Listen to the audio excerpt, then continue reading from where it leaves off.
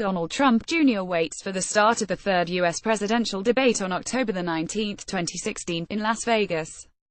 Win McNamee. Getty Images. This piece was originally published on Just Security, an online forum for analysis of U.S. national security law and policy. Donald Trump Jr., the president's son, met with the House Permanent Select Committee on Intelligence (HPSCI) on Wednesday and raised eyebrows when he invoked attorney-client privilege to avoid answering questions about a phone conversation he'd had with his father over the summer. The conversation was to figure out how to handle the breaking news about his Trump Tower meeting in June 2016 with Russian attorney Natalia Veselnitskaya. Attorneys for both the president and his son were on the call, which took place sometime after a July 8, 2017 New York Times story about the meeting, according to the people familiar with the matter, The Wall Street Journal reported. So will Congress be stymied in learning more about this conversation? Will Don Jr.'s strategy to keep them in the dark work? No, Congress can get this information from Donald Trump Jr. if it presses its case, but it will turn more on the will of Republican HPSCI members than any purported legal claim of privilege by Don Jr. That's because, unlike judicial courts, Congress does not feel bound to honor common law evidentiary privileges like attorney-client privilege. By contrast, the Fifth Amendment privilege against self-incrimination is valid before Congress because it comes from the Constitution rather than common law. I wrote about the law and history of attorney-client privilege before Congress in a Mississippi Law Journal article, Congressional Due Process. As you will see, I believe Congress should be more respectful of the privilege.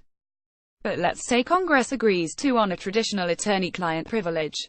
There are still questions about the applicability of the privilege to this father-son conversation with one or more attorneys present. The traditional elements of attorney-client privilege are 1. A communication 2. Made between privileged persons 3. In confidence 4. For the purpose of seeking, obtaining or providing legal assistance to the client. This was clearly a communication, but there are serious questions about whether the facts meet all 3 other elements. If the Trumps have a joint defense agreement, a common interest privilege, they might be able to share information in a privileged manner. An important question is who were the lawyers on the call. Here, it matters whether it was a White House lawyer or a private lawyer. President Trump enjoys attorney-client privilege with his personal lawyer John Dowd, but probably does not with White House lawyer Ty Cobb. Conversations with Cobb may be covered by executive privilege, but that wouldn't extend to a conversation with Don Jr. about non-official acts. If it was a White House lawyer on the call, the privilege claim fails because both prongs 2 and 3 simply would not apply. Finally, was the purpose of the call to obtain legal advice? Or manage a political response? That can be a hard question to sort. But there are lots of cases where courts have rejected privilege claims made by companies about meetings attended by attorneys that were really about business matters rather than obtaining legal advice. One can imagine the perverse results if that were not the case. Bring along a lawyer to all such meetings and presto, they'd be insulated regardless of the content of the conversations. Join Dahlia Lythick and her stable of standout guests for a discussion about the High Court and the country's most important cases.